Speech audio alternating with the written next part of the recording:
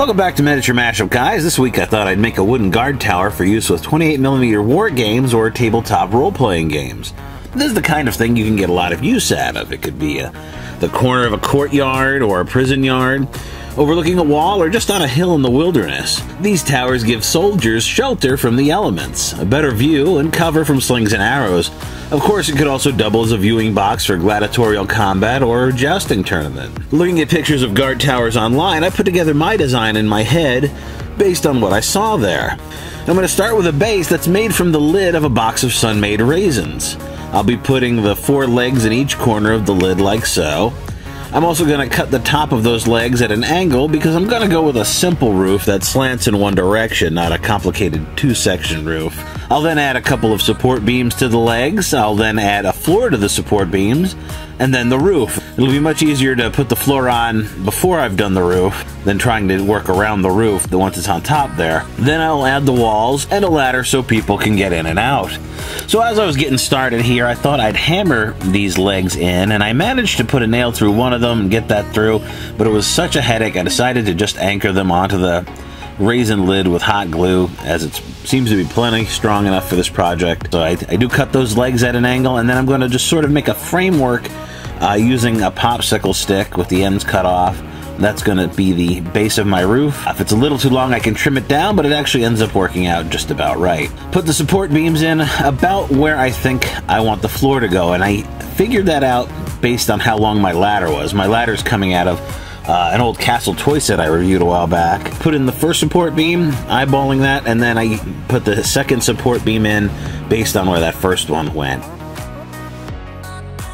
So I know I can get a nice flat floor. And as you can see, luckily I pretty much eyeballed that out. That looks perfectly even, and that's going to work out fine. Now I'm going to start laying my floor in, starting with the outside. And the theme of this is sort of building from the outside in, at least frame-wise. You know, you sort of put the frames in place, and then you have a sort of an expectation of where everything else is going to go. It sort of holds everything square, and then you can kind of fill in the details later. So I put in my 2 outer planks, I just hot glue them onto the support beams, and then I just start filling in the floor as such, and my cat's gonna stick his face right in here in the work.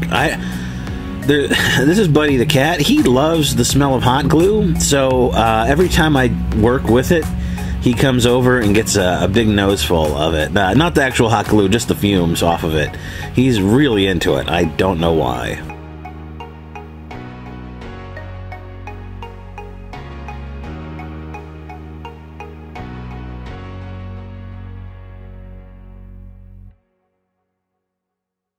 Before I put in the last 2 planks, I decided to put in my ladder, since my ladder is going to cut into the floor a little bit. I don't want it on the outside.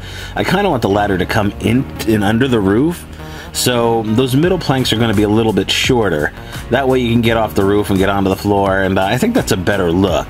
I did have to trim one of the planks up a little bit, but I don't think it's noticeable, and I think it looks pretty nice when it's all said and done. Now I start laying in the walls. As you can see, the floor is a little longer than the walls are, but I'm just going to trim all that down with a wire cutter. All that extra floor is just going to get snipped off. Now I'm going to start laying in the roof. What's different about the roof is because it's a little more visible, I used a wood gouging tool on these popsicles to give them a little more character, make them look a little more aged, and I think it's a pretty nice effect.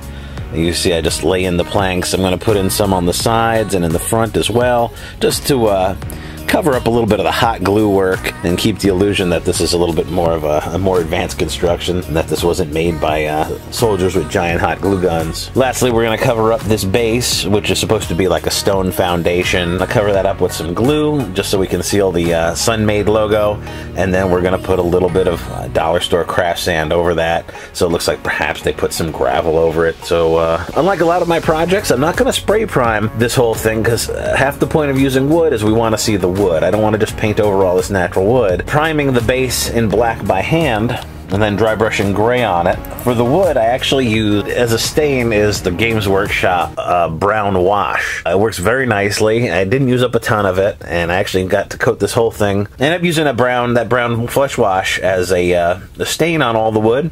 It brings all the wood together. It makes it look, there's less contrast in it, but it also brings out the detail in the fibers. Here's the finished product in play, and I think it looks pretty good.